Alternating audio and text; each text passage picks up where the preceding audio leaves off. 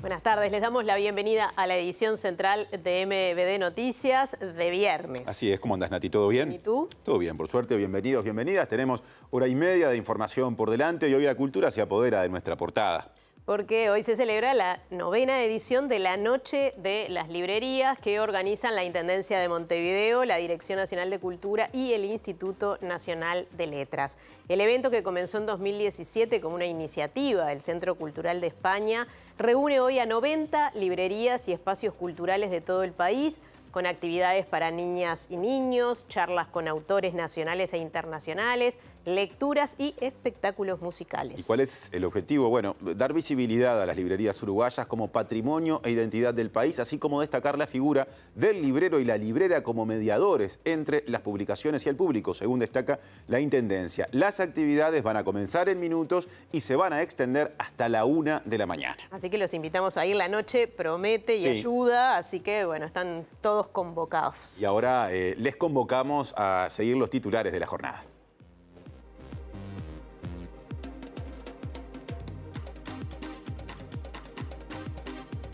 El presidente Yamandu Orsi dijo que recibió una respuesta formal del astillero español Cardama con respecto a la construcción de patrulleras oceánicas. Sobre la denuncia penal en Fiscalía, dijo que se mantiene y a pesar de ello es posible seguir en conversaciones con la empresa. El Ministerio del Interior sumó personal que se encarga de interrumpir la violencia para fortalecer la convivencia en la Escuela 123, donde este miércoles volvieron las clases. La ministra interina, Gabriela Valverde, dijo que esta medida complementa el refuerzo de patrullaje. En el Día Mundial de la Diabetes, el Hospital de Clínicas realizó una jornada de prevención y educación ofreciendo controles de glucemia y presión arterial. La enfermedad afecta a entre 6 y 8% de la población uruguaya. Por el momento no se firmó el convenio colectivo entre el Sindicato Único de Trabajadoras Domésticas y la Liga de Amas de Casa, que por primera vez en la historia incluiría 3 categorías para este sector. En su columna cultural, Nacho Vázquez nos contará sobre el nuevo documental de Pablo Banchero, que narra la historia de 3 hermanos que viajan a Polonia para reconstruir la memoria de su padre. Con la inseguridad y la migración como temas centrales, en Chile este domingo se realizará la primera vuelta de las elecciones presidenciales. Es altamente probable que la oficialista Janet Jara y el ultraderechista José Antonio Kast pasen a un balotaje. El presidente argentino Javier Milei celebró el acuerdo de comercio e inversiones alcanzado entre su país y Estados Unidos. Para Milei, esta alianza hará que Argentina sea grande otra vez.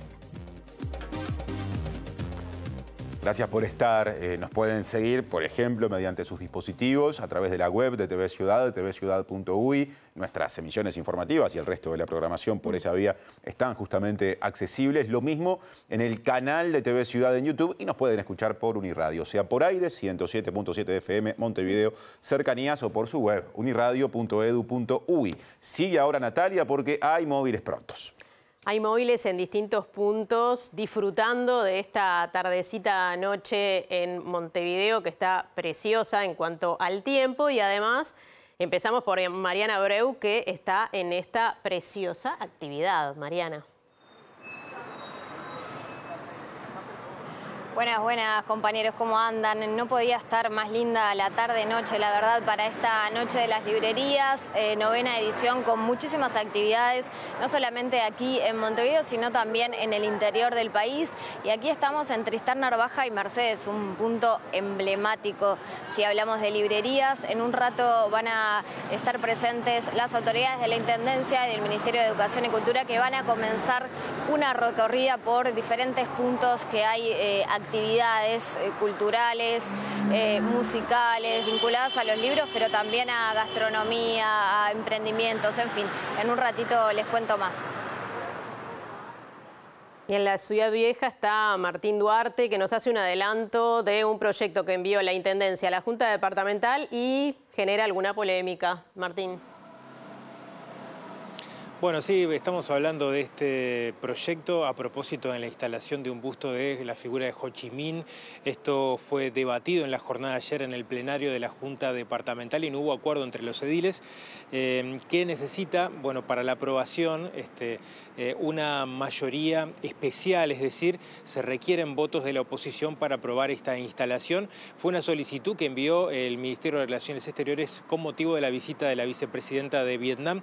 Vamos a estar hablando de esto detalles y también conociendo un poco más de las polémicas que se han generado en torno a la instalación aquí en la ciudad y en algunos puntos del país de distintos monumentos que generaron controversia.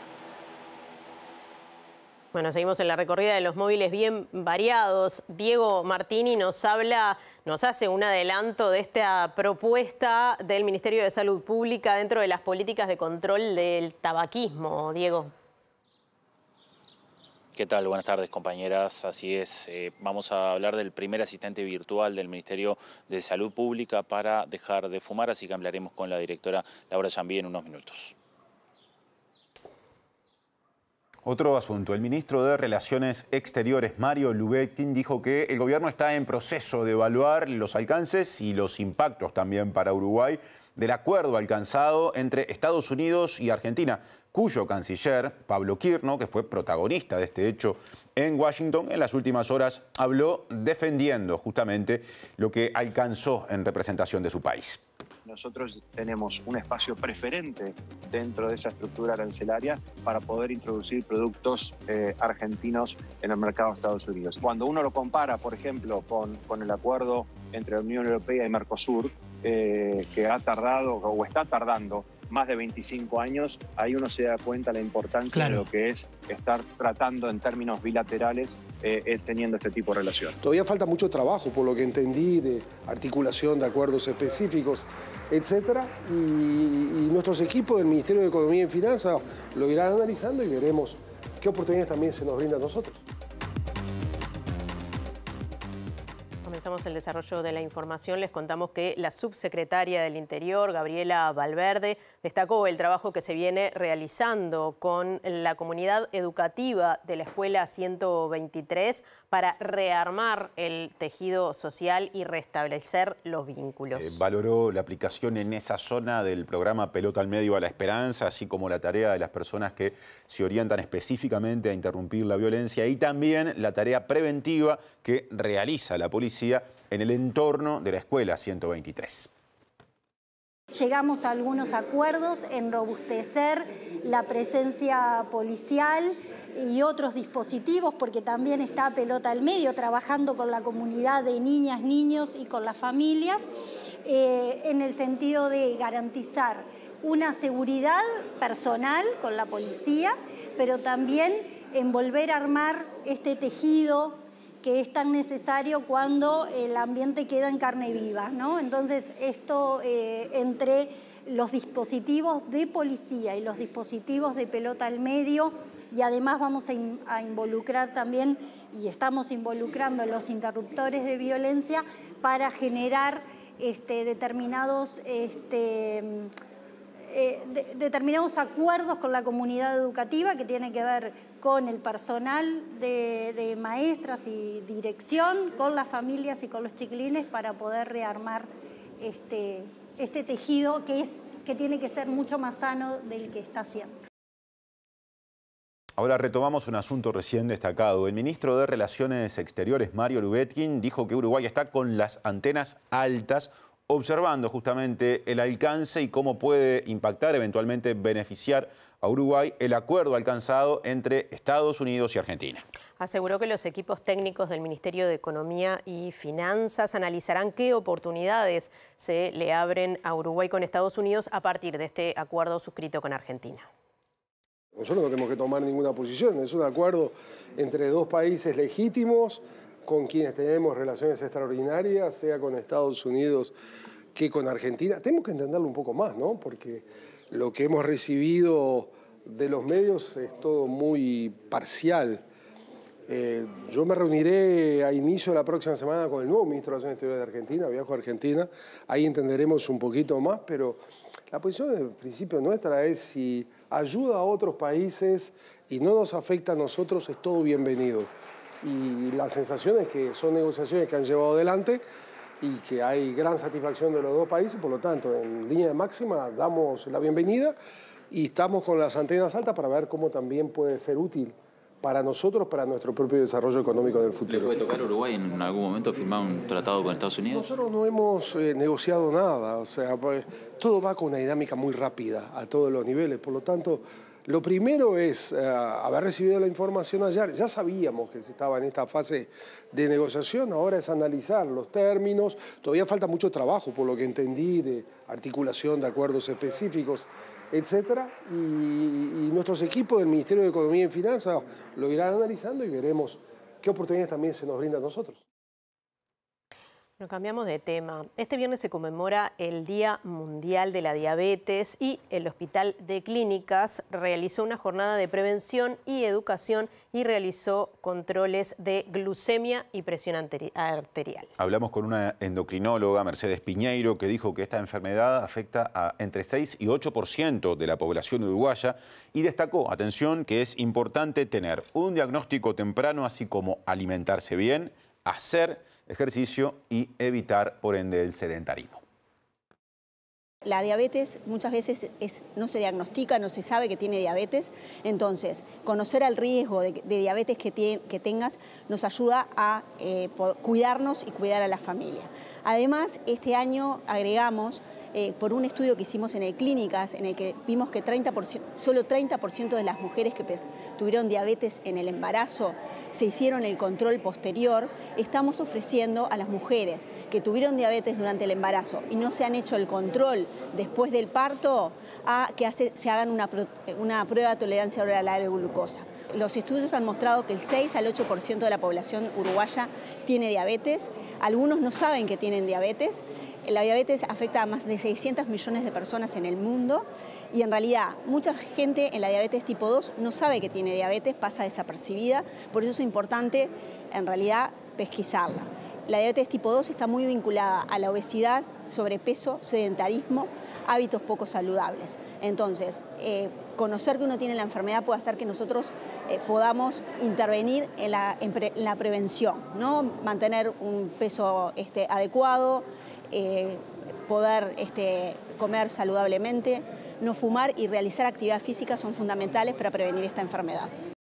Con Antel Empresas estamos del mismo lado del mostrador. Aún cambiando de tema, seguimos con la agenda de la salud, tiempo de móvil con Diego Martini, que ya nos contará o profundizará en lo que anunció.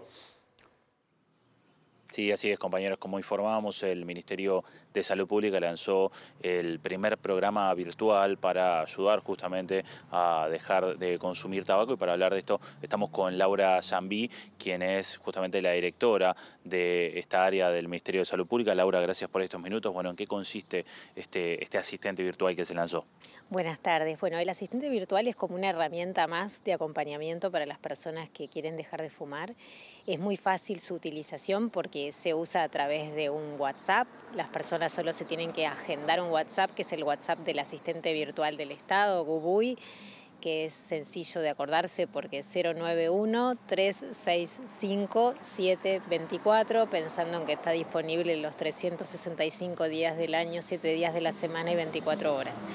Entonces las personas conversan por WhatsApp con ese chat que les va a ir ofreciendo opciones, distintos menús, por ejemplo, quiero ayuda para dejar de fumar, quiero pasarle este contacto a una persona que necesita, quiero información general, quiero información en mi prestador de salud, de qué servicios hay para dejar de fumar. Si la persona elige el numeral correspondiente a quiero dejar de fumar, el asistente lo va guiando, por ejemplo, si es una persona que ya está decidida y quiere un plan, si quiere descargarse algún material y tener material descargable, si todavía está ambivalente, no se decide, pero tiene algunas barreras o mitos o cuestiones que quiera más información, si ya dejó y no quiere recaer. Entonces, de acuerdo al estado de la persona, va ofreciendo diferentes estrategias. Bien. Si alguien toma la opción de dejar de fumar, ¿el sistema va haciendo un seguimiento, un intercambio? Si la persona dice que quiere un plan para dejar de fumar, le va ofreciendo estrategias y herramientas y eso, de acuerdo a lo que va contestando la persona, lo va guiando como por diferentes caminos. No hace un seguimiento a largo plazo en el sentido de que el sistema no guarda datos personales de contactos de nosotros. Nosotros luego desde el Ministerio y AGESIC vamos a mirar indicadores de todo el sistema, qué tanto los uruguayos y uruguayas lo han usado, qué materiales se han descargado, qué partes del menú son los que más interesan como indicadores generales, pero a la persona no se recaban sus datos personales, entonces no es que se los va a volver a contactar en principio. Bien, ¿funciona con inteligencia artificial o hay trabajo que ya el Ministerio de Salud Pública precargó?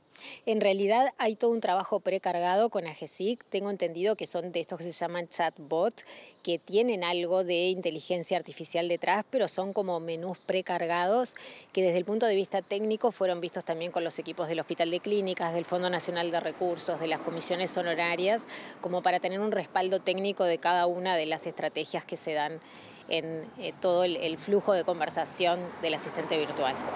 ¿Cuántas personas calcula el Ministerio de Salud Pública que fuman en Uruguay, que consumen tabaco calentado? Bien, hoy la cifra que tenemos, la última cifra oficial, que es de 2024, que sale de la encuesta continua de hogares del INE, es que 18.6% de los adultos fuma. Es una cifra que es muy inferior a la que había, por ejemplo, hace 20 años cuando no teníamos políticas de control de tabaco, pero sigue siendo alta, está en una meseta desde hace varios años. Y a nivel de jóvenes, o mejor dicho de adolescentes, es mucho más baja, es del 9%, pero en ese grupo de población se ve también 9% de vapeo, que es el otro tema que nos preocupa. El asistente virtual tiene en algún punto del menú información sobre el vapeo como preguntas frecuentes. ¿Qué hay adentro de un vapeador? ¿Sirve el vapeador para dejar de fumar? ¿Es inocuo el vapeador? Entonces pensamos que en esta población joven, adolescente, que le encanta la tecnología, que puede estar chateando y capaz no consultar en un prestador de salud porque no lo visualiza como una situación de riesgo, ahí hay información correcta sobre este tema también. ¿Tienen un estimado de ese 18%? ¿Cuántos siguen comprando cigarrillos convencionales como todos conocemos y cuántos ya han pasado a esta tecnología del vapeador? En realidad el 18% es de cigarrillos convencionales. En adultos, la última medición que hay de cigarrillos electrónicos es un número muy bajo en adultos. En la población adolescente es que es este 9%. Pero esa cifra se midió en 2017 y se volvió a medir este año. La Junta Nacional de Drogas publicó una encuesta recientemente de consumo de drogas y está estable, a diferencia de otros países que tuvieron una política mucho más liberalizada con respecto a los vapeadores, donde hubo una tendencia al alza y andan en el entorno del 20%. Nuestra política, que fue la de la prohibición de la comercialización, ha mantenido algo que está en auge en el mundo y creciendo y con modelos cada vez más nuevos, está en la misma cifra. ¿Y ahí desestima al consumidor, por ejemplo, el alto precio que tienen en nuestro país? Bueno, el precio de los cigarrillos, de hecho, es una de las medidas que internacionalmente se conocen que son de las más costo efectivas para que las sociedades, las comunidades dejen de fumar, que aumente el precio. Y de hecho, si nosotros comparamos con lo que salen los cigarrillos en Europa, por ejemplo, son mucho más caros. En Uruguay, en tema de impuestos al tabaco, también tenemos que seguir avanzando. Si bien se subieron los impuestos en distintos periodos de gobierno, todavía estamos como lejos de la meta que queremos llegar, pero es una de las tantas políticas que se pueden ir analizando. Concretamente, como la de hoy, tiene que ver más con la asistencia a las personas. En un país donde se promueve tanto control de tabaco, es como mandatorio que el sistema de salud le ofrezca a las personas también un acompañamiento, una salida, una guía. Laura, muchas gracias. Muchas gracias a ustedes. ¿Se puede esto simplemente agendando el teléfono entonces, no? Agendando el teléfono en WhatsApp ya se empieza la conversación. Bien. ¿Te animás a repetirlo? Es 091-365-724. Gracias. Gracias. Volvemos a estudios entonces, compañeros, con esta información de este nuevo asistente virtual justamente para dejar de fumar. Muchas gracias, Diego y resto del equipo. Cambiamos de asunto porque hoy habló el presidente Yamandu Orsi, que entre otras cosas dijo que el astillero Cardama expresó varias veces voluntad de dialogar con el gobierno para superar el diferendo vinculado al contrato por las patrulleras oceánicas. Si bien se mostró abierto al diálogo y valoró la existencia de personas interlocutoras, remarcó especialmente que falta la garantía de fiel cumplimiento y agregó que ese no es el único inconveniente. ¿Recibió la nota formal de Cardama para comenzar a negociar una nueva garantía? He recibido varios mensajes, sí. Sí, bueno, habrá que sentarse a conversar. ¿Cuándo se dice? No sé. Ahí los técnicos son los que resuelven. ¿Cómo se va a instrumentar eso, presidente? No sé, eso es un tema entre técnicos. Técnico estoy hablando de andar con mucho cuidado y ver en qué situación estamos y de qué forma se puede seguir transitando. El gobierno Así no se puede. ¿El gobierno puede tener en cuenta la información que trajo el legislador Blanco desde Cardama de Vigo? No digo, puede tenerla, pero no. Acá hay que ser muy cuidadoso. Ahora, eso no quiere decir que con la empresa no se pueda seguir conversando. Se debe seguir conversando porque el contrato está. Si se presenta una solución a la garantía, ¿se avanza? Eso es una parte de la historia. Lo que pasa es que hay otra parte que también hay que conversar. Acá hay que ser muy cuidadoso, no es... no hay que hacer política doméstica de un negocio que es complejo y que es de un volumen muy alto. Yo me resisto y no lo voy a hacer más. Presidente, y si lo hago, avísenme que me estoy equivocando. Presidente, pero la primera patrullera está casi armada, está en un 60%. No, falta. ¿Se suspendieron los pagos? ¿No se paga más por parte del gobierno uruguayo? Falta. Lo que pasa es que los pagos se ejecutan a partir de los hitos que le llaman. Ahí hay una... Lo que pasa es que nosotros no somos los actores que certifican los hitos. Hay un banco que le comunica a otro banco y ahí va para el Banco República. En la medida que los hitos se van cumpliendo, se va pagando. Así funciona, así está establecido el contrato. El tema es que estamos en una situación rara, que no tiene garantía. ¿Cómo seguimos? Y la empresa Cardama designó como abogado en Uruguay al ex jerarca Frente Amplista Gonzalo Fernández tras la denuncia del gobierno porque la garantía de fiel cumplimiento para la construcción de las patrulleras oceánicas fue realizada por una empresa fantasma creada en Reino Unido. Fernández es abogado penalista y fue secretario de la Presidencia de la República, así como canciller y ministro de Defensa Nacional durante el primer gobierno del expresidente Tabaré Vázquez, esto es, entre 2005 y 2010. Ahora, según informó El Observador, fue elegido por el astillero español para su defensa legal en nuestro país. Según el mismo medio, el gobierno analiza ahora ampliar la denuncia ya presentada en la justicia e incorporar nuevos hechos. Presenta Mercado Agrícola de Montevideo, en el corazón de un barrio donde late la ciudad. Mercado de Historias. Mercado de Historia.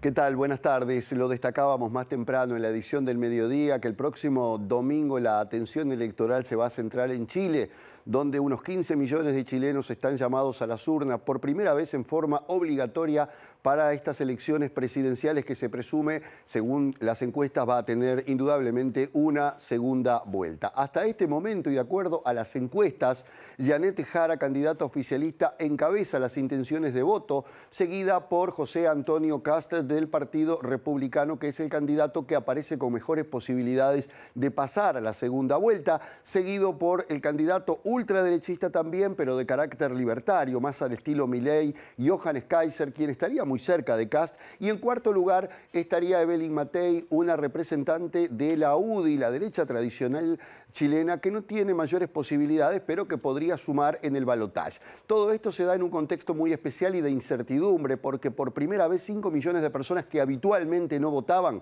lo van a hacer en estas elecciones, y eso genera indudablemente la duda de lo que pueda ocurrir en cuanto a los porcentajes, porque lo que está casi seguro es que va a haber una segunda vuelta electoral. Las encuestas señalan que la candidata oficialista Janet Jara vencería en primera vuelta entre los 8 candidatos en competencia, según la empresa encuestadora Radar Electoral, que la sitúa a la cabeza con una intención de voto del 28%, seguida por José Antonio Kast con un 20% y Johannes Kaiser con un 15%, mientras que la exalcaldesa de Providencia y candidata de la derecha tradicional Evelyn Matei llega en cuarto lugar con un 14%.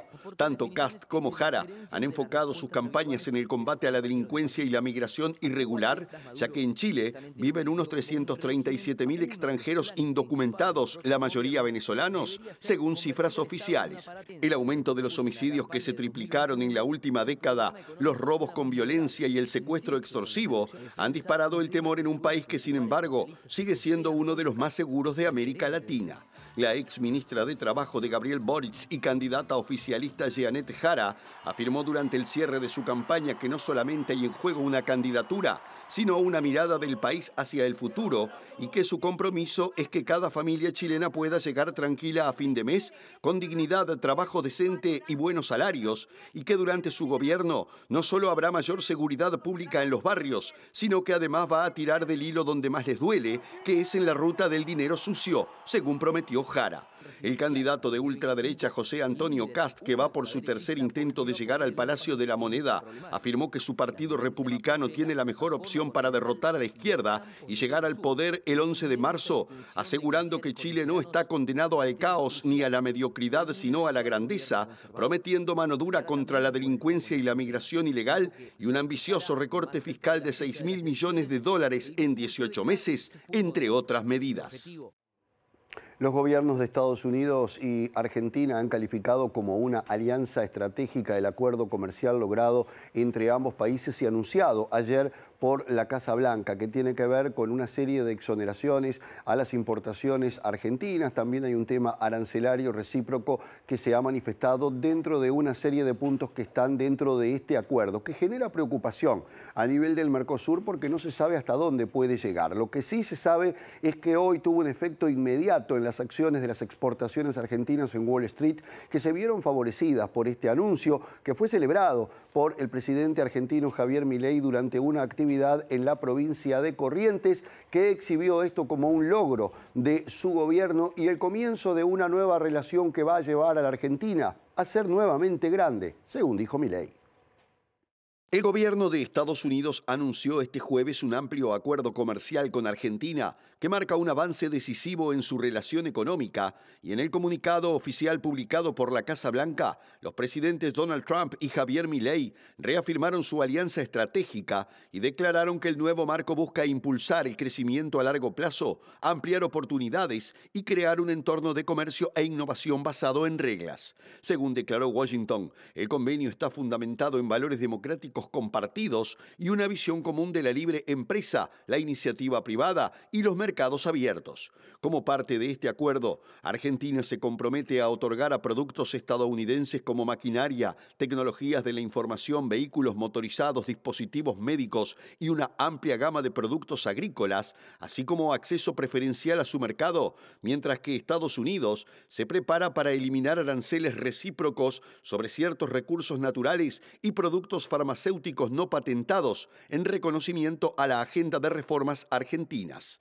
Durante su discurso en el Congreso de Economía Regional de la Fundación Club de la Libertad en la provincia de Corrientes, el presidente argentino Javier Milei se refirió al acuerdo como una tremenda noticia y afirmó que queda demostrado que su gobierno está fuertemente comprometido a hacer a la Argentina grande nuevamente. Milei afirmó que el país está preparado para entrar en un nuevo siglo de oro, con oportunidades en sectores como la minería, el litio, el petróleo y el gas, y mencionó el envío al Congreso de una nueva ley sobre periglaciares que permitirá a las provincias definir los límites de la actividad minera en áreas de glaciares, con un potencial de crear 1 millón de puestos de trabajo directos, según dijo. Presentó Mercado Agrícola de Montevideo, en el corazón de un barrio donde late la ciudad. Mercado de Historias. Mercado de Historia.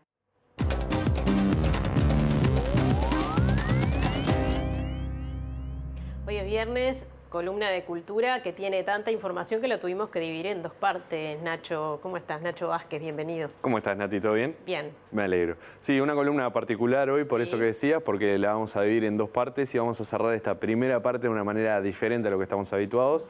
Vamos a arrancar hablando de la Noche de las Librerías, que como muchas veces nos pasa con esta columna, se junta el día con el evento. Claro. La Noche de las Librerías ya comenzó, es con horario extendido hasta la 1 de la mañana, y es la 9ª edición. Este evento que originalmente realizó el Centro Cultural de España y que luego tomó su organización la Intendencia de Montevideo, junto con la Dirección Nacional de Cultura y el INLET, que no solamente se desarrolla en Montevideo, nosotros vamos a hablar de actividades en Montevideo por un tema de estar aquí en la capital, se desarrolla en todo el país en más de 90 librerías. Bien. ¿Qué es lo que tiene de particular, por ejemplo, a diferencia quizás de la Feria del Libro o actividades que se puedan hacer por el Día del Libro? Invita mucho a salir y a recorrer la ciudad porque no solamente es que las librerías hablen hasta más tarde, sino que vamos a tener distintas propuestas artísticas, como presentaciones de escritores, talleres y también intervenciones musicales en varios de los lugares, todo con entrada libre. Y además, conocer las librerías. Yo me atrevo a decir que hay gente que incluso puede adquirir el hábito de la lectura gracias a una buena librería. Es una linda oportunidad para también darse ese tiempo de recorrerlas, de que de repente capaz que uno va a buscar algún libro en específico en el día a día, es una oportunidad de pasear también y perderse un poco. Y reivindicar la función y el rol de los libreros y libreras. Gran profesión. Gran profesión. Si te parece, Nati, como siempre que tenemos estas actividades que tienen un itinerario bastante cargado y demás, preparé un pequeño tape con algunas de las recomendaciones que hay en la capital. No de todas las actividades, sino algunas. Bien. Antes de ir a verlo, si te parece, vamos a hacer un destaque puntual, porque dentro de este circuito que se ha armado por la Noche de las Librerías, se suma con sus festejos Brecha con 40 años. Sí. Va a tener la presentación de un libro de Samuel Blixen en el Museo de las Migraciones, pero no va a ser la única actividad de los festejos. Vamos a tener también stands de editoriales independientes, va a haber stands gastronómicos y va a haber un cierre musical que va a incluir a Niña Lobo, Intraveloso y va a cerrar con DJ al aceite. Perfecto. Eso está pasando ahora, comenzó a las 6 de la tarde en el Museo de las Migraciones y se va a extender más o menos también hasta la 1 de la mañana. Bueno, y los invitamos a ir y le mandamos un abrazo a todos quienes y todas quienes integran Brecha desde hace tantos años aportando a la cultura y al conocimiento, así que felicitaciones para todos y bueno, vayan, hay un montón de cosas para hacer. Sí, realmente está divino y como decían hoy más temprano, el clima está acompañando mucho. Si te parece, vemos las recomendaciones para Montevideo. Bien. La Intendencia de Montevideo, la Dirección Nacional de Cultura y el Instituto Nacional de Letras celebran la 9ª edición de la Noche de las Librerías. El evento, que comenzó en 2017 como una iniciativa del Centro Cultural de España, reúne a 90 librerías y espacios culturales de todo el territorio nacional para disfrutar de una jornada de propuestas literarias y actividades artísticas con horario extendido hasta la 1 de la mañana. Dentro de Montevideo, algunas de las propuestas destacadas son Puro Verso, ubicada en el centro de la capital con varias presentaciones de libros de distintos géneros, torneo de ajedrez y talleres para escritores principiantes. La Lupa Libros, sobre la calle Bacacay, tendrá invitados internacionales como la periodista argentina Julia Mengolini, la escritora peruana Gabriela Wiener, un recital librero de Diego González y cierre musical a cargo de Garo Araquelian. También en la Ciudad Vieja, el Centro Cultural de España tendrá talleres como creación de fanzines, grabado manual de imágenes y tipos móviles, escritura de personajes, entre otros. En Palermo, el Club Cultural Charco tendrá numerosas charlas que atravesarán géneros como la poesía, la ficción y el ensayo. La librería Escaramuza tendrá actividades dentro y fuera de su local, situado sobre la calle Pablo de María, con varias actividades musicales que incluyen DJ sets y las bandas Aldana y Tengo Sueño y Julen y la Gente Sola. En Parque Rodó también se podrá visitar la librería Lautremont, en la que habrá lecturas del libro Un hombre curioso y la revista literaria Oro. Como es costumbre, la calle Tristán Narvaja será uno de los principales polos de la noche, con más de una decena de propuestas por parte de sus tradicionales librerías. Fuera de Montevideo habrá actividad en los otros 18 departamentos. No será Buenos Aires, pero hay unas cuantas librerías en Montevideo también. Hay unas cuantas librerías y hay unas cuantas actividades. También las hay. Sí. Eso es algo particular de esta edición, que se llegó a los 18 departamentos. Y bueno, como ya podrán ver en pantalla, habíamos adelantado que íbamos a tener un cierre particular para esta columna de cultura. Me pareció que ya que era la Noche de las Librerías, estaba sucediendo en este momento, lo mejor era que lo viviéramos desde la calle. Hoy somos 3, Mariana. Contanos qué pasa por ahí. Ayúdanos a recorrer un ratito la calle Tristán Narvaja, ¿no? Les cuento, porque Tristán Narvaja es un sitio emblemático, si hablamos de la librería, ya está llegando la gente, una noche realmente hermosa, y estamos con Débora Kiring, directora de Cultura de la Intendencia de Montevideo, para preguntarte, Débora, en primer término, ¿ya se apropiaron los montevideanos de esta noche de la librería después de 9 años? Bien, realmente creo que sí, de hecho habla lo que están viendo detrás de cámara, que recién se está empezando a armar la Noche de las Librerías y la gente ya se está instalando. Como vos bien decías, es la 9ª edición de una noche que se ha convertido en una gran celebración de la ciudad, que reivindica, que pone en el centro a las librerías y a las editoriales, pero que también reivindica a las letras, a la literatura, lo que tiene que ver con todo ese trabajo colectivo y hasta con la vida cultural que aportan las librerías de barrio.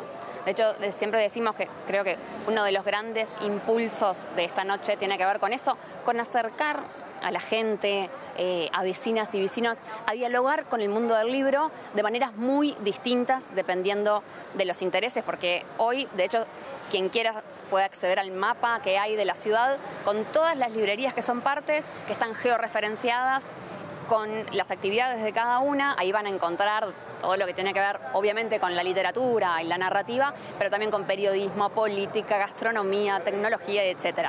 Pero algo muy importante en el día de hoy tiene que ver también con destacar a la figura del librero, la librera, como mediadores entre el mundo de los escritores, las publicaciones y los lectores. Con ese trato creo que todos tenemos casos cercanos, tan personal, y de hecho con recomendaciones que se vuelven muy valiosas en un presente tan saturado de información y de publicaciones como el que vivimos. Acá en Tristán Narvaja, ¿qué hay? Y también con presencia de TV Ciudad, ¿no? Además de este móvil. Un punto muy importante, de hecho, más allá de que la noche se extiende en la ciudad, hay conglomerados claros, unos en Ciudad Vieja, otros en Palermo, Parque Rodó, y uno central es donde estamos nosotros, con todo el conglomerado de librerías de Tristán Narvaja, que tiene tanta pertenencia además, y aquí lo que hicimos fue instalar una pantalla al aire libre en la que se puede ver el streaming de TV Ciudad, que es una maratón de poesía contemporánea de distintas generaciones, perfiles y propuestas, que en realidad también fue una excusa para poder homenajear a dos poetas que fallecieron hace muy poquito. Uno es Roberto Aprato, autor de una obra clave de la literatura uruguaya y una figura central de la cultura, y otro es Clemente Padín, que es un poeta vanguardista súper interesante. ¿Qué está leyendo la directora de Cultura de la Intendencia y ex periodista también cultural? ¿Qué nos puedes recomendar? Bueno, justo hoy se dio la particularidad de que se está reformando la biblioteca de Peñarol, que incluía una propuesta muy interesante, que es la primera edición de El Pozo, de manera que estaba revisando uno de los autores fundacionales de lo que tiene que ver con la literatura uruguaya. Estoy hablando de la primera edición de Juan Carlos Onetti, que se publicó en el año 39, cuando se daba, de hecho, un debate muy interesante de cuál era el rol que tenía que cumplir la literatura uruguaya, de qué tenía que hablar.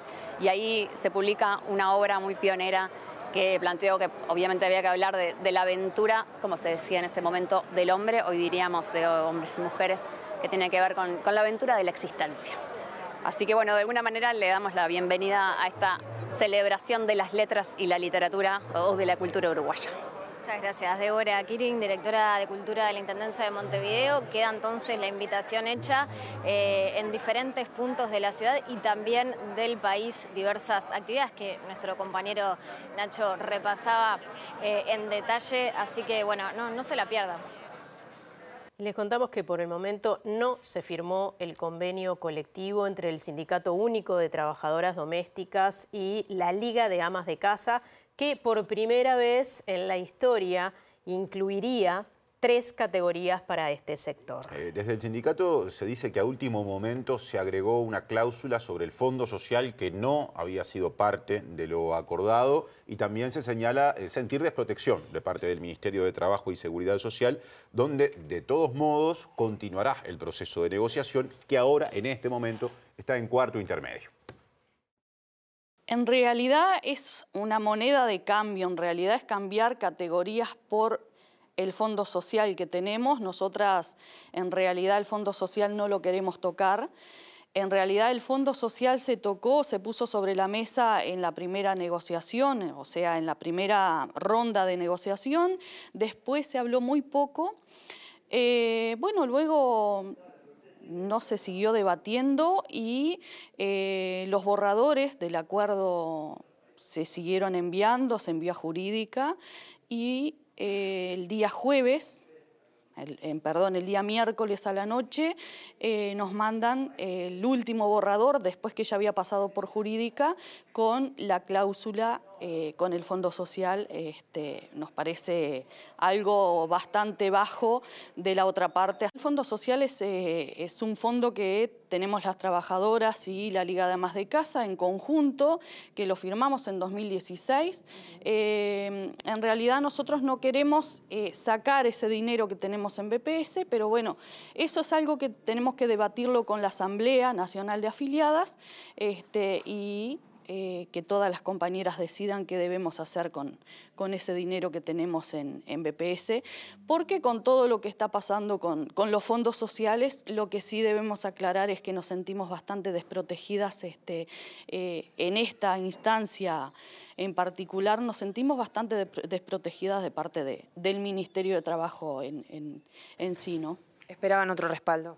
Esperábamos más respaldo del Ministerio, pero bueno, así son las cosas. Cambiamos de asunto y presten atención. Desde el 20 de noviembre estará disponible la información para que casi 6.000 personas deudoras en unidades reajustables puedan acceder a los beneficios previstos en la ley aprobada en noviembre de 2023 y que estableció un régimen de reestructuración de deudas. El Poder Ejecutivo aprobó un decreto reglamentario para este asunto a través de la Agencia Nacional de Vivienda. El organismo informó que de esta forma se logra dar respuesta a los deudores cuyos créditos habían quedado en situación de análisis sin poder acceder a los beneficios previstos en la ley porque no contaban con un mecanismo para demostrar que estaban al día con el pago de impuestos nacionales y departamentales. La Agencia Nacional de Vivienda subrayó que aproximadamente unos 5.000 créditos se beneficiarán con la reducción de la tasa de interés de su cuota hipotecaria al 0% o 2,5%, mientras que unos 900 créditos recibirán el beneficio de extinción del crédito tomado para vivienda. A partir del 20 de noviembre, los titulares de créditos en unidades reajustables podrán agendarse para presentar constancia de estar al día con los tributos y podrán agendarse para recibir asesoramiento personalizado. La normativa en cuestión prevé distintas opciones de refinanciación o cancelación con beneficios que dependen del nivel de cumplimiento y del tipo de crédito. Presenta Asociación de Funcionarios Portuarios. Hacete socio y accederás a beneficios exclusivos como colonia de vacaciones, préstamos, servicios de la salud, tienda online con precios exclusivos y mucho más. Ahora asunto montevideano. Sin embargo, le interesa al gobierno nacional y nos conecta con hechos que pasaron lejos y en otro momento de la historia. Martín Duarte.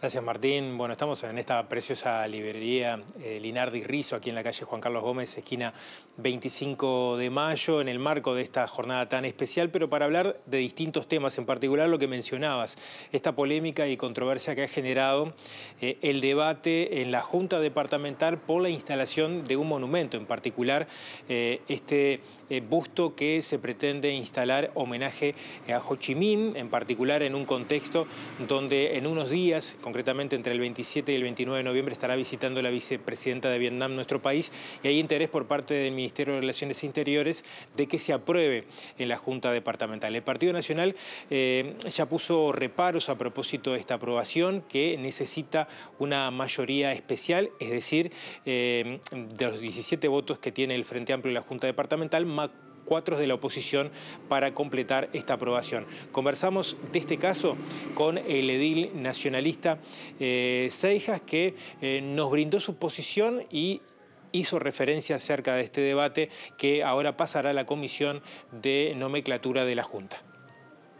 Ayer el Frente Amplio planteó votarlo sin estudiarlo en comisión, el tema, y desde la oposición no vamos a votar el tema si el estudio correspondiente a comisión. Lo que ocurre ahora es que esto pasa a comisión, en la comisión se va a estudiar, y si la comisión entiende que se debe aprobar, tiene que volver al Pleno y allí se requiere una mayoría especial de 21 votos. O sea, los 17 del Frente Amplio más al menos 4 de la oposición para poder ser aprobado. El Ministerio de Relaciones Exteriores esto lo puede haber hecho mucho antes. Si tenían la intención de que esto se estudiara con los tiempos que corresponden acá a la Junta Departamental, esa propuesta que vino de la Intendencia de Montevideo se puede haber hecho mucho antes, ¿verdad? O sea que no es alguna cosa que a nosotros nos ate, ¿sí? Y en segundo lugar, entendemos todos los intereses que pueda tener el Ministerio de Relaciones Exteriores. Acá este es un tema conceptual. Si la figura de Ho Chi Minh merece que se le haga un homenaje o no merece que se le haga un homenaje. Bueno, a propósito de esta polémica y esta controversia, preparamos un tape donde hicimos un raconto de algunos hechos que generaron igual discusión en distintos momentos, en distintos tiempos, y que repasamos, si les parece, en el siguiente tape. La polémica por la instalación de diversos tipos de monumentos en espacios públicos ha generado controversias en distintas oportunidades. En el 2017, la colocación de una imagen de la Virgen María generó desacuerdos entre los habitantes de Montevideo y reavivó el debate por la laicidad de nuestro país. El monumento que estaba previsto colocar frente al puerto del buceo recibió el rechazo de la Junta Departamental por 17 votos contra 14. Un solo edil del Frente Amplio respaldó la idea, mientras que el resto de la bancada optó por rechazarla. Similar polémica se instaló en torno a la ubicación de la cruz que recuerda la visita del Papa Juan Pablo II en el año 1987.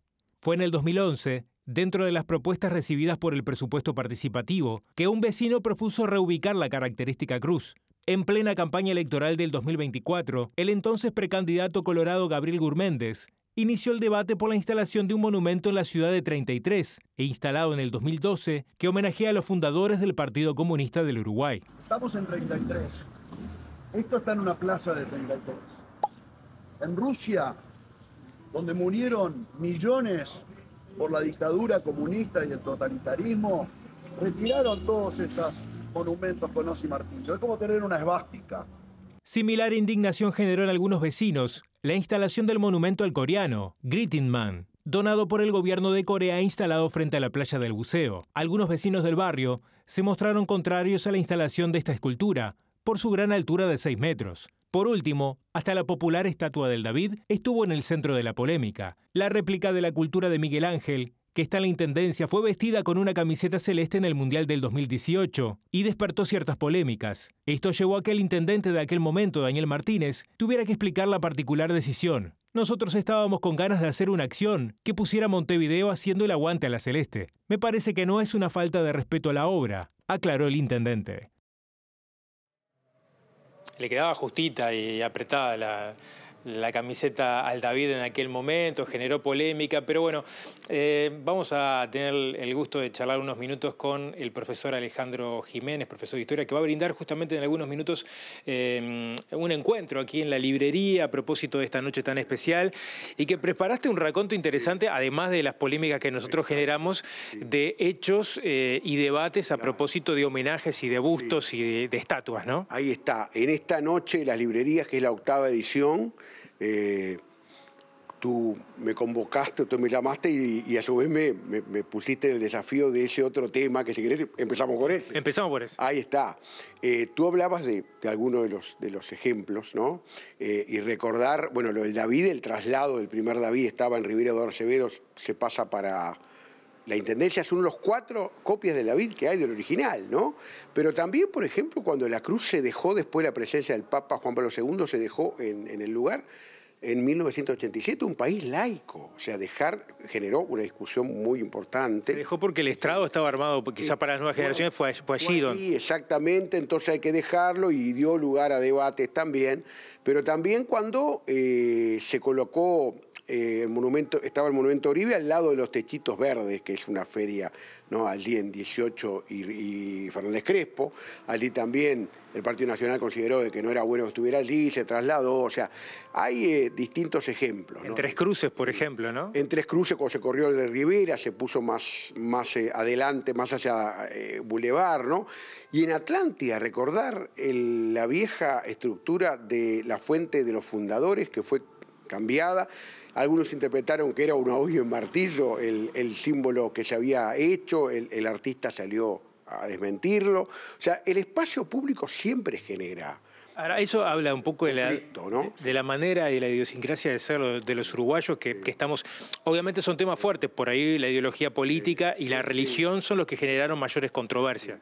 Por supuesto, y siempre el espacio público genera controversia, ¿no? Lo que nos genera a veces, lo que es en las ciclovías, por ejemplo, o ahora que se habla de un túnel debajo del 18 de julio, siempre genera controversia, y en este caso que se habla de Ho Chi Minh es un personaje histórico de una importancia muy grande en Vietnam, fue quien lideró las luchas de independencia, ¿no? Contra los franceses, después contra, obviamente, la guerra de Vietnam, contra Estados Unidos. Él fallece antes de que se termine, en 1969, y a partir del 73, cuando Vietnam gana la guerra, una potencia, un pequeño país asiático venciendo una potencia, allí es que pasa a ser el héroe nacional, la capital, Saigón se llama Ho Chi Minh. O sea, yo creo que estos temas, lo más importante es no verlos con un criterio político partidario, tratarlos con seriedad, incluso en ámbitos como la Junta Departamental, ¿no? Son homenajes que se quieren hacer. En este caso, tú hablabas de la presencia de la vicepresidenta, ¿no? De Vietnam que viene por aquí. Un Vietnam que hoy, en este mundo de hoy, tiene relaciones con Estados Unidos, tiene relaciones con Uruguay, o sea, ya en este mundo tan cambiante ha establecido hace 30 años, por ejemplo, con Estados Unidos relaciones. Por eso son temas que hay que verlos a veces sin ese corsé ideológico que se nos plantea. Nosotros esta semana estuvimos hablando de carnaval, en particular una propuesta murguera que trae algunas reminiscencias de la vieja Unión Soviética por un conjunto que está interpretando, Mi Vieja Mula. Y vos me comentabas fuera del aire también de dos monumentos en este caso para una figura que fue muy importante de la Unión Soviética y en la carrera espacial, que capaz que los televidentes recuerden de quién está hablando, pero no tengan identificado dónde están esos dos homenajes a Yuri Gagarin. Yuri Gagarin, en 1961, el primer hombre en el espacio, ¿no? Antes que Estados Unidos, y parte de la Guerra Fría, además, aquel momento. Pero aquel monumento a Gagarin, el primero en la plaza que tiene su nombre en Avenida Italia y Estanislao López, o sea, la Avenida Italia Vieja que le llaman, ¿no?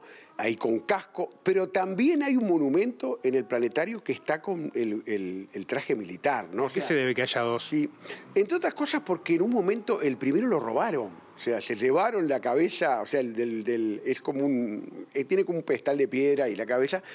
Y después, en el interín, llegó este otro, de otro autor, y bueno, y a su vez volvieron a hacer, o sea, el de original con el casco, ¿no? El que está como astronauta.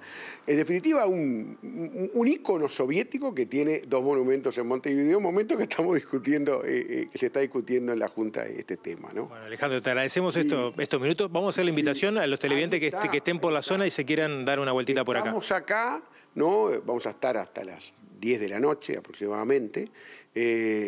Y por supuesto que Librería Linares de Rizzo, Librería Anticuario, desde 1944, y por supuesto vamos a hablar de mis libros, digo, podemos charlar un mano a mano, más que nada van a ser, y se los llevan firmado también el libro Presidentes Uruguayos de Fructuoso Rivera a Yamandu Orsi. Muchas gracias, Alejandro, como siempre. Un gusto, como siempre.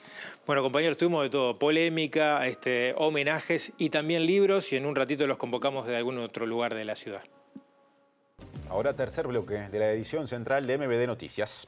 La directora general de la Salud, Fernanda Nosar, dijo que es prioritario identificar las patologías de salud mental existentes en el país, aunque la depresión y la ansiedad presentan una alta incidencia. Dijo también que se trabaja a través del primer nivel de atención para bajar las listas de espera y ampliar prestaciones como psicoterapia, teniendo en cuenta que cerca de 19% de la población tiene alguna afección en materia de salud mental, lo que representa una de las tasas más altas de la región.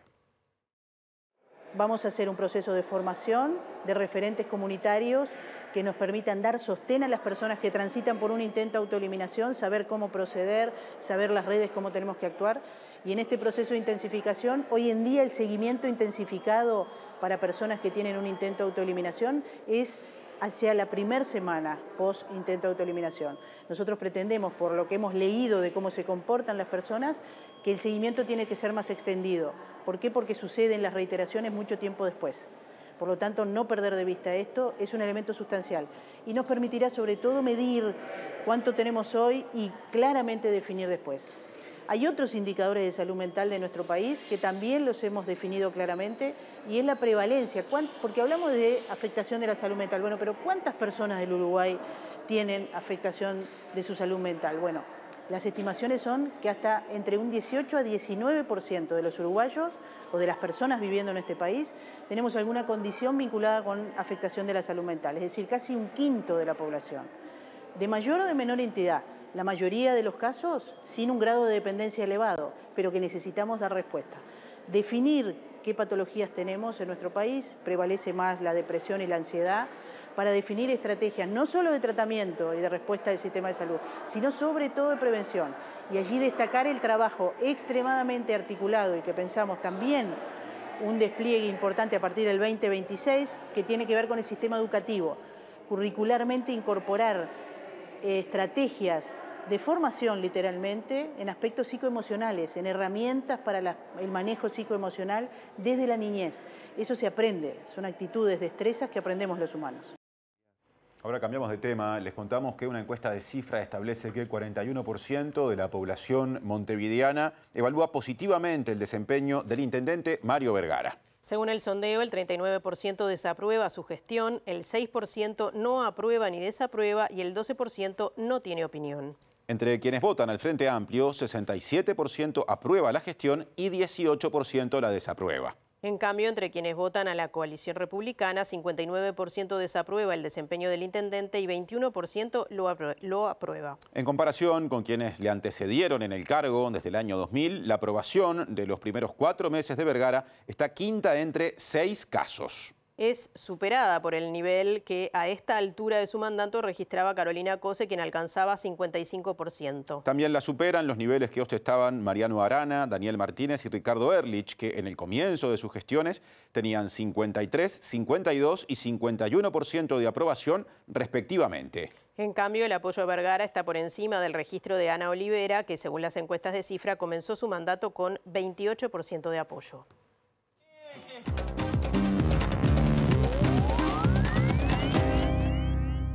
Les prometimos una segunda parte de la columna de Cultura con Nacho Vázquez y acá estamos. Por acá estamos de nuevo, Nat. Vamos al cine. Sí, ya hablamos un poco de literatura, ahora creo que vamos a tener alguna salidita más de la Noche de las Librerías, pero ahora es el turno del cine.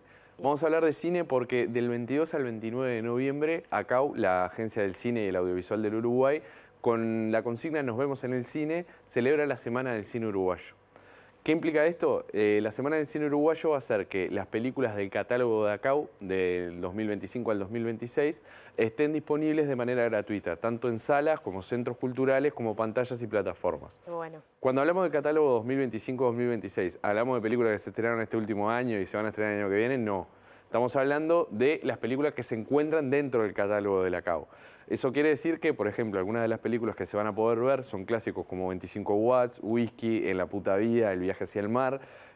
También películas que se volvieron icónicas en nuestro cine, como Anina, esa animación de 2013.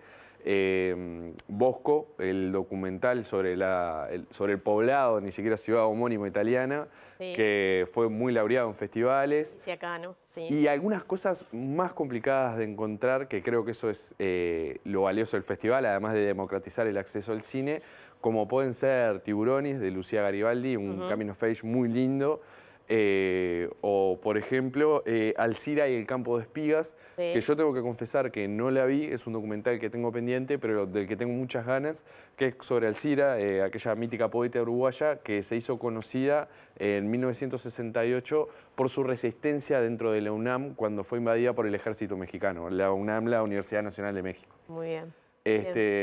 Repito, esto va a estar del 22 al 29 de noviembre y vamos a poder verlo en centros culturales de todo el país, salas y demás, y en las pantallas de Canal 10, Canal 5, por suerte TV Ciudad, y en plataformas, en la cuenta de YouTube de ACAU van a estar subidas y se van a transmitir algunas películas de manera gratuita, y en la plataforma Retina Latina, que es una plataforma regional de cine. El canal de YouTube de ACAU está bueno que lo revisen porque hay muchísima cosa allí que se puede ver. Y material de archivo y demás que está muy lindo para encontrar. Acá estamos viendo un pequeño montaje que hizo nuestro compañero de edición, Marcos Sánchez, con algunas grandes películas uruguayas. Recomiendo mucho aprovechar el ciclo para volver a ver o conocer quizás quienes no han podido.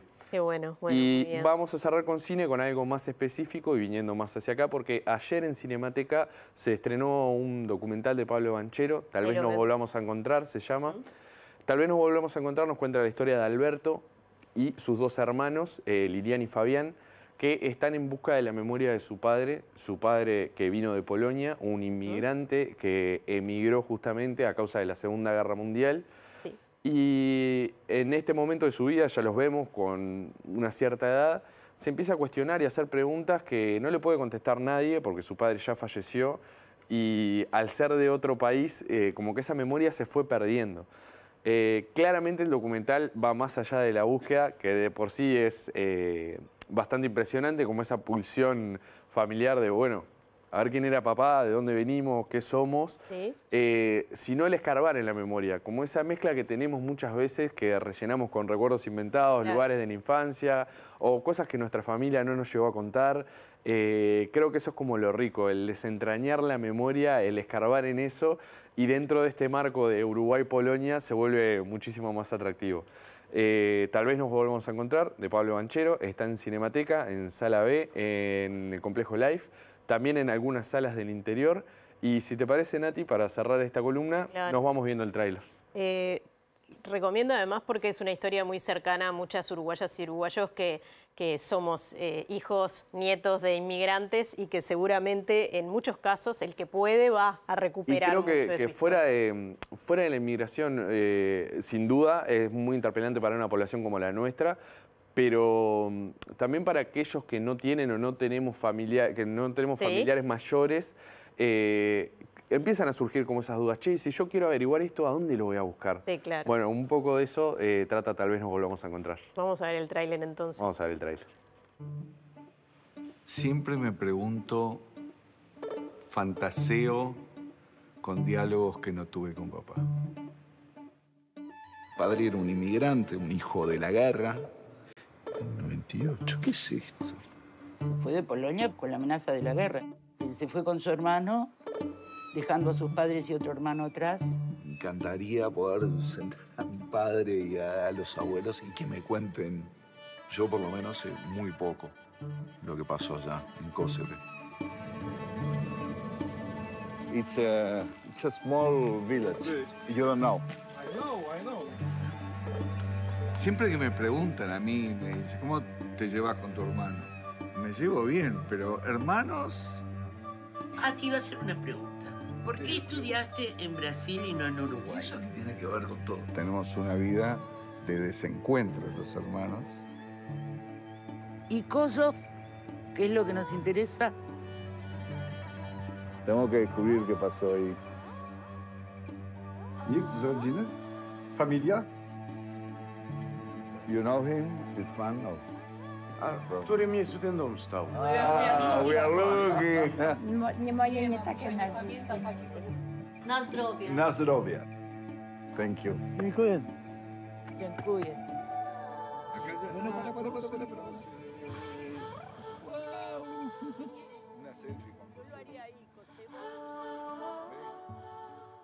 Sigue moviéndose de librería en librería Martín Duarte, que está a las puertas de la Ciudad Vieja. Te vemos y te escuchamos. Vos nos contás. Gracias, Martín. Bueno, estamos en la peatonal Bacacay, a mi espalda la librería La Lupa, que está organizando esta actividad. Vamos a mostrarles por allí lo que está pasando. Julia Meglonini, la periodista argentina, está presentando las caras del monstruo. Bueno, en una de las tantas actividades, la verdad que la noche amerita porque hay una temperatura preciosa y en este caso, bueno, como ustedes verán en imágenes, la peatonal Bacacay está colmada de gente, bueno, participando de esta actividad. Vamos a ver si podemos conversar con alguien a propósito de, bueno, de esta actividad en particular, pero también de lo que significa, en este caso, la noche de las librerías. ¿Te molesta un minutito? Estamos en vivo para TV Ciudad. Bueno, se me corren todos, no he ligado, pero bueno, en este caso los invitamos a esta actividad, entre otras de las que está pasando, y los dejamos con algunas imágenes de lo que está ocurriendo aquí. En un momento también hablar de la pandemia, bueno, hablar del libro, como ya dijiste, arranca. Tomamos el capítulo internacional para hablar de la guerra entre Rusia y Ucrania porque Moscú lanzó una andanada de misiles y drones sobre Kiev, la capital de Ucrania, y también otras ciudades importantes como Yarkiv y el puerto de Odessa, que dejó hasta el momento 5 muertos, pero lo cierto es que la guerra allí sigue en toda su intensidad y por supuesto que el ejército ruso sigue avanzando en el este, en el Donbass, donde prácticamente tiene rodeada la estratégica ciudad de Pokrovsk. Todo esto en el marco de un ida y vuelta, donde también Ucrania atacó infraestructuras críticas, incluso una central atómica rusa. Un ataque masivo ruso afectó la mayoría de distritos de la capital de Ucrania, Kiev, además de las regiones de Yarkiv y Odessa, según informaron este viernes el presidente Volodymyr Zelensky y las autoridades locales, que dejaron al menos 5 muertos y decenas de heridos en un ataque deliberadamente calculado y destinado a causar el máximo daño a las personas y a la infraestructura civil, afirmó el mandatario ucraniano. Zelensky volvió a pedir sanciones internacionales más efectivas y contundentes a las exportaciones de petróleo rusas y que se refuercen las capacidades de defensa aérea de Ucrania, mientras que el jefe de la administración militar de Kiev, Timur Chachenko, sostuvo que los rusos están atacando edificios residenciales en la capital Kiev y en casi todos los distritos. Ucrania, por su parte, intensificó los ataques contra infraestructuras rusas y ha intentado atacar más allá del frente, como en el puerto de Novorossiysk, en el Mar Negro, que declaró hoy el estado de emergencia en la ciudad tras el mayor ataque ucraniano con drones de los últimos días, que dejó anoche al menos 4 heridos y dañó varias instalaciones petroleras. Moscú denunció que 8 drones kamikaze de las fuerzas ucranianas intentaron atacar a la central nuclear rusa de Novovoronezh y que según las autoridades fueron derribados e inhabilitados por la defensa antiaérea y medios de guerra electrónica, que provocaron daños menores en unidades energéticas que se desconectaron de la red de manera automática, mientras que una más seguía funcionando a plena potencia. Volvemos a nuestro país y les contamos que la fiscal de Corte subrogante, Mónica Ferrero, concurrió a la Comisión de Lavado de Activos de la Cámara de Representantes, que busca avanzar en la aprobación del proyecto de ley de modificación de la normativa sobre lavado de activos. Hizo su resumen de esa instancia el diputado nacionalista Pablo Abdala, que dijo que recibieron de parte de Ferrero aportes útiles, pero que hay que trabajar para resolver la principal discrepancia, que es lo que incluye el proyecto de ley como iniciativa, en el sentido de eliminar la Fiscalía Especializada en Lavado de Activos. La fiscal Ferrero nos transmitió su coincidencia con muchos de los contenidos, particularmente los delitos precedentes que se incorporan como precedentes del lavado de activos, tanto los delitos vinculados al cibercrimen, los delitos ambientales, el delito de fraude, que no estaba previsto en la legislación. También le pareció muy atinado lo que concierne a la asistencia al lavado como un delito autónomo, que la ley lo contiene o lo reformula. El aspecto polémico que tenemos y que se vincula con la fiscal de Corte es lo que concierne a la competencia de la Fiscalía en cuanto a la persecución del delito de lavado de activos. Hoy está vigente la Fiscalía Especializada. Como todos sabemos, el Poder Ejecutivo está proponiendo eliminar, suprimir esa Fiscalía Especializada. Nosotros en principio no tenemos mucho acuerdo porque entendemos que eso implicaría un retroceso desde el punto de vista de los avances que el país viene concretando. La fiscal Ferrero fue muy sincera y muy pragmática en cuanto a que ella preferiría que hubiera no una, sino más de una, y ahí hay una clave, Fiscalía Especializada, que sería muy importante que hubiera por lo menos 2 a los efectos de que la respuesta, en términos de que hubiera una repartición de la Fiscalía Especializada en este tema, fuera completa y hubiera aleatoriedad, es decir, que no todos los asuntos recayeran en una misma Fiscalía, pero entiende también que en la medida en que eso no se pueda concretar, porque en última instancia es una cuestión de recursos, y el fiscal especializado no ha tenido la dotación de recursos técnicos, en particular suficientes a esos efectos, bueno, también comprende lo que el Poder Ejecutivo plantea en cuanto a volver atrás, en cuanto a eliminar la Fiscalía y que la competencia del lavado de activos la reasuman los demás fiscales, es decir, los de delitos económicos, los de estupefacientes. Y en eso tenemos que ver cómo lo resolvemos. Antes de irnos, noticia bien reciente y vinculada a justamente la fiscal de Corte subrogante Ferrero, de la que recién hablaba el diputado Abdala. Ocurre que se concretó una nueva formalización de investigación justamente vinculada al atentado que en su momento, ya hace más de un mes, ocurrió en el domicilio de Ferrero. Claro, el trabajo de esta investigación realizada por la Dirección de Investigaciones de la Policía Nacional a través de la Dirección de Información e Inteligencia permitió la formalización de un hombre de 48 años con varios antecedentes penales por participación material en el atentado contra la fiscal Ferrero. Hasta el momento entonces son 7 las personas formalizadas por este atentado que sufrió, recordaremos, la fiscal que además era fiscal de estupefacientes, claro, ¿verdad? Originalmente el pasado 29 de septiembre. La investigación policial, por supuesto, continúa. Es tiempo de repasar el pronóstico de Inumet, cómo estará el tiempo en Montevideo durante el fin de semana. Lo empezamos a saber a continuación. Sí, y mañana sábado 15 de noviembre va a ser un día soleado con muchísimo calor, claro y algo nuboso en la mañana, y en la tarde-noche aumenta la nubosidad y ya hay probables precipitaciones en la noche. La temperatura máxima, lo ven allí, será de 31 grados y la mínima de 16. Y la lluvia que empieza el sábado por la noche se queda para el domingo, porque dice Inumet que pasado mañana 16 de noviembre, insisto, día domingo en Montevideo y área metropolitana. Por la mañana el cielo estará nuboso y cubierto.